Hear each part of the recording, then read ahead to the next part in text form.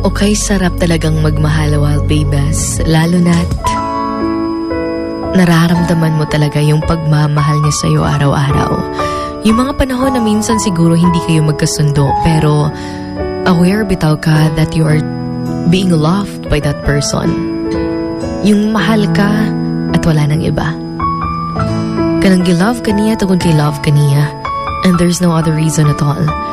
Dili tungod kay bright ka, di tungod kay mayaman ka, kundi dahil mahal ka. And I think that's very important. It's also important to acknowledge ang imong partner na kung if na siya winning moments, you should celebrate. And if na siya sa iyang lowest point sa iyang life, you should also be there for that person. Yung pagsusupport na ganyan while babies is not actually about being OA, but it's about caring and extending pod ang imong kaugalingon para sa taong mahal mo. Dahil iba sa pakiramdam kapag hindi lang basta pagmamahal ang imong ma-offer sa usa ka tawo, na po diha ang imong habitawng willingness to listen, ang imuhang andam nga pag-alagad kaniya, ang pagrespeto ug ang pagsabot kaniya.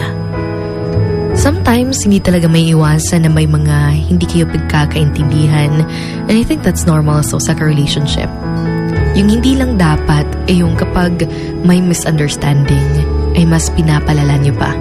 Or ang worst diya is kanabitang maugmaan pa ang inyong pagbungol sa usag-usa. Because kayong dalawa nanumpa manggod mo that for better or for worse, you should always be there for each other. Ngunang, bahalag usahay makaingon ka nga di naman siya parehad tong una or lisod mong yun siya sabton. Pero recall pod si mong kaugalingon if basin di ay ikaw pod ang nagkulang, basin di ay ikaw pod ang nagbago. Maunang nakita nimo nga murag lahi ang iyang action towards you tungod kay there's a change. And if there's something bothering you, you should always tell that person. Pero usahay kanabitawng magduha-duha ka mo ingon kay basin og masuko siya. I know na ito yung nangyayari sa iba. Kanabitawng you are trying to open up pero mahadlok ka kay basin mo yung reason nga mag-away na pod mong duha. Pero kahit ganoon while babies, we must always remember kung bakit talaga nagsimula yung pagmamahalan yung dalawa. Kung paano nagsimula and kung paano ito nag-grow. And I think that's very important nga inyuhang sabto ng usag-usa. Inyuhang ipakita sa usag-usa that ingon sa imong napakita sa imong partner is more pagyud sa love nga kaya nimong i-offer. And it's very important again na sa pagmamahalan, it's not just about the love ni imuhang mapakita or even the words, no, kanang moingon kag I love you sa iya, but it's also about the action, yung kung ano yung kaya mong gawin sa kanya, kung ano yung kaya mong ipakita sa kanya. Kada bitong imuha siyang kayang i-care, bahala to dugay na kay mo sa usag-usa, kay matod pa sa uban magka-expire lagi daw kung dugay na gyud. But you know what, there's actually a lot of couples nga kada bitong murag gihapon sila og bag-o nga mag-uya, bahala to pila na gid sila kay years together. And you can also work on that, no? Kada bitong bahala tuod unsa nakalisod ang kinabuhi. Hinaot nga inyo gyapong matagaan og kilig ang usag-usa. Inyo gyapong matagaan og ugma ang usag-usa because I think mo na ito ang kailangan.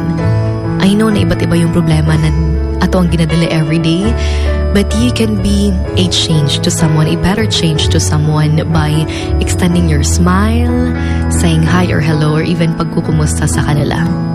Kaya naman, ikaw na nakikinig ngayon, show your appreciation. At the same time, show your love to someone by simply saying, kumusta ka na?